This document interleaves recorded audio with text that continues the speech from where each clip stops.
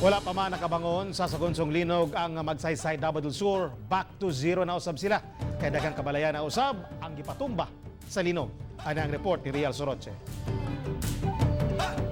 Sa paglinog kagahapon, daling nang gawa sa kadalanan ang mga residente sa Magsaysay Davao del Sur.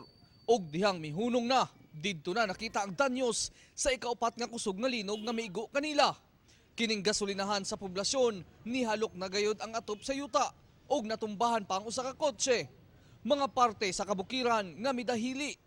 Mga tulay nga nakitaan og pagliki og mga gambalay nga natiwasan na intawon gikan sa unang pagkadanyos niini sa mga milabayng linog. Last earthquake sa 31,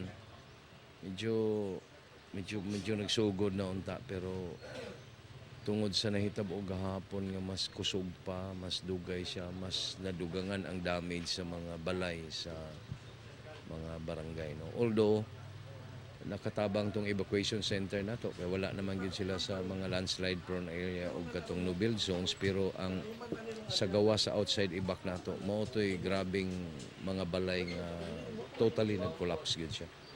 Si Nanay Carolina Doronio, wala pa nasulod sa iyang hunahuna ang nahitabo. Nalibog na kuno siya. Unsaon pagsugod karong gitay-og na po ng ilang lugar. Wala na usab sila'y balay, humanahugmak na kini. Lagi pati paita lagi, sir. Bot, unsa kay mahimo na mo ani. Grabe kulba na ko, sir. Oy.